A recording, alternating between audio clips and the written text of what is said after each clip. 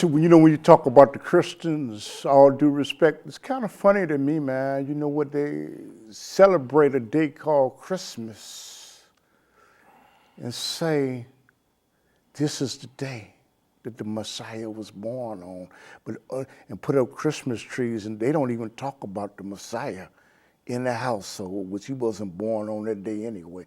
Buying gifts, they put it. Can you explain Christmas and why that does not make any sense? First of all, they talk about Santa Claus and Jesus Christ. Mm-hmm. Santa Claus knocked Jesus out the top spot. Mm-hmm. Was Jesus a Hebrew? I'm asking you, Jesus was a Hebrew, as I understand. The laws of Moses doesn't talk about pork. Mm-hmm. So wait a minute. So if Jesus come into a good Christian home on December 25, and he walk in the door and see a big giant honey baked ham with pineapples on it and a fifth of Hennessy over there, how would he think? And the Christmas lights that knock the Christmas tree over and burn the curtains up, and the big fat white dude in the corner from the North Pole. And Jesus asked them, he says, what is this occasion? They say it's your birthday. So how do you think he'd think about that? But you know what's funny to me? It's funny to me, but really it's pitiful.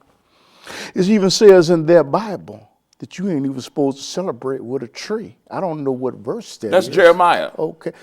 And you're not supposed to eat something with a hoof. I forgot exactly what. Well, it's funny to me.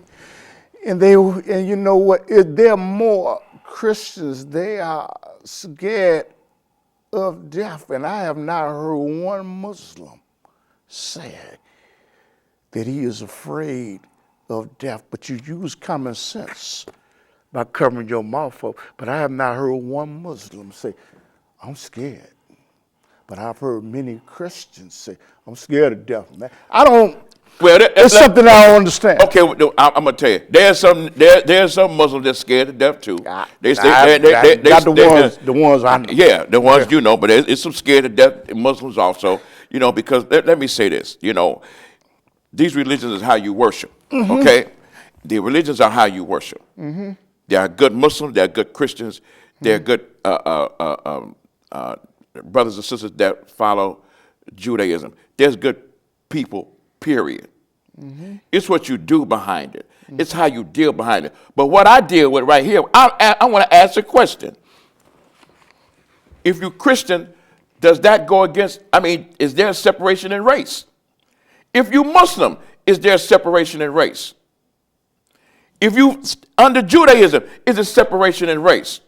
So I was in Arkansas, mm-hmm. and I seen it was a sign in Arkansas that said no blacks in this area after 10 o'clock. So what if they had a good Christian service in that area after 10? Could some black Christians go there and worship? No, they don't work in the South. Okay, all right, but so now let's talk about the Muslims. Just look at these guys that's in our neighborhoods. Look how they treat. I went into a store and me and this guy got into it. He didn't know I was Muslim. Mm-hmm. I said, you got the nerve to have a Kaaba over the sign like that, and he didn't know that I was Muslim. And then he found out, oh, I'm sorry, brother. No, you can get your bum ass out of my face, brother.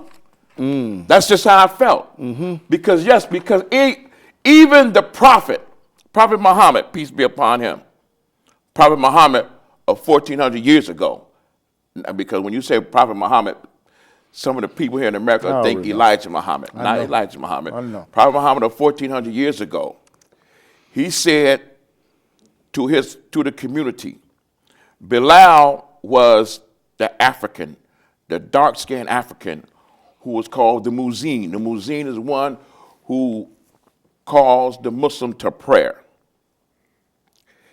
And the prophet said, I hear Bilal's footsteps entering paradise before mine, because he said that because he knew that there was a division in the community between black and non-black. Now, and I'm going to say this real quick. The Arabs that you see are a result of race mixing. Mm-hmm. The black Arabs look like me and you. The original Arabs was our color or darker. Saudi Arabia, Saudi means black. We give a message to the people out there. What we're doing right now, really, in a sense, we're giving dawah, and we're inviting you to Islam. But if you heard this and you listen to this and you reject it, there's going to be a price for that.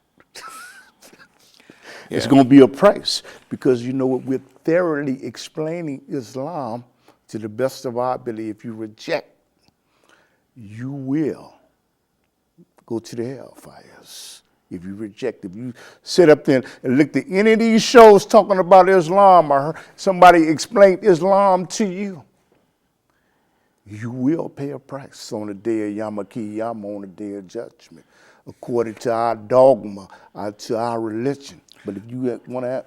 Well, the thing is also for non-Muslims is this. You have the 3 holy books. You have the Torah, the Bible, and the Holy Quran. Mm-hmm. The Torah for those who follow Judaism, the Bible for those who follow Christianity, and the Quran for those who follow the religion of Islam. In the Torah, in the Holy Quran, God says in the Holy Quran, it don't matter if you Christian, Jew, Sabian, if you believe in him and respect his prophets and angels, you'll always meet him in paradise. And also says in there that Christians are closer, Christians and Muslims are close. So no, there's no division or anything like that. There's no compulsion in religion. Mm-hmm. And besides, let me say this too. Let me say this again. I was going to say something about shirk, but go ahead. Let me say this, because we got a real big problem with this black and white issue during these times. Very bad, very bad. So if you Christian and you black and you Muslim and you black and you follow Judaism and you black, let me say this to you: it ain't got nothing to do with your religion, because you are looked at as a nigger in the eyesight of the people. Mm-hmm. So the thing is we got to stop getting into the separation and do better than that. Let me tell the people something. Shirk, elevating something to other God-like status, like the Messiah, to God-like status, that is wrong. That's forbidden. There's no forgiveness for that. Why a woman wearing man's clothes, that is a sin. Drinking, alcohol, that is a sin. Homosexuality, that is a sin. For all you people that are looking out there, so you need to come on away from that and come on. I'm giving dawah. Come on to Islam, because if you elevating something else to a God-like status in Islam, that's unforgivable sin. But go ahead, brother. Yeah, for the non-Muslims, the brother is inviting and he's proselytizing the faith. Mm-hmm. That's what he's doing. And this is everybody, and everybody has their right to say and do what they want to do in their own way. Mm-hmm. Me, if you want to fall down on a man want to smash another man, have at it. Mm-hmm. Woman want to fall down another woman, have at it. I don't care. You can go on about it, but I am not going to, it's unacceptable to me. Listen, wait a minute. I don't even know how we got on the subject. Wait a minute. But the subject is here, it's on the floor. Yeah. Let me ask you something.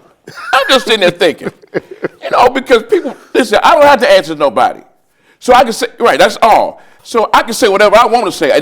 They can't cut me off or do anything anyway. So I'm going to say it. Because a lot of them scared to say it.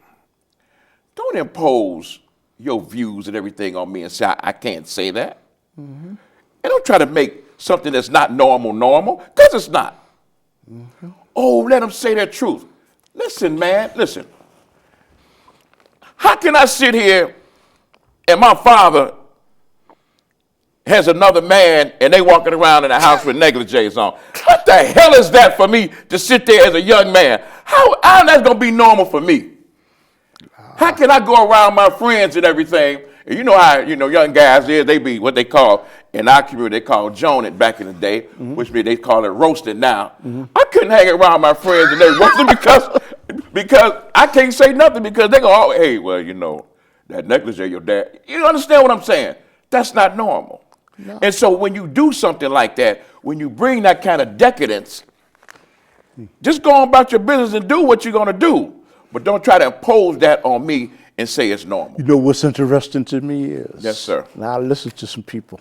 They say, they're all right long as they don't mess with me. But your own Bible and your own Torah is called that blasphemy. Sure. But they straddle the fence. Brother, you got any final words? Assalamu alaikum. We only got 1 minute. Okay. I don't even know how we got on this conversation. Well, the thing is that when the Spirit comes and the presence is here, we speak on things that some people are afraid to talk about. And some people have a question mark, but no one is addressing because a lot of people are politically correct. Well, I'm not politically correct. Not going to be, ain't going to never be politically correct. I'm going to say what's on my mind, and that's that. But my question, I want one thing to happen.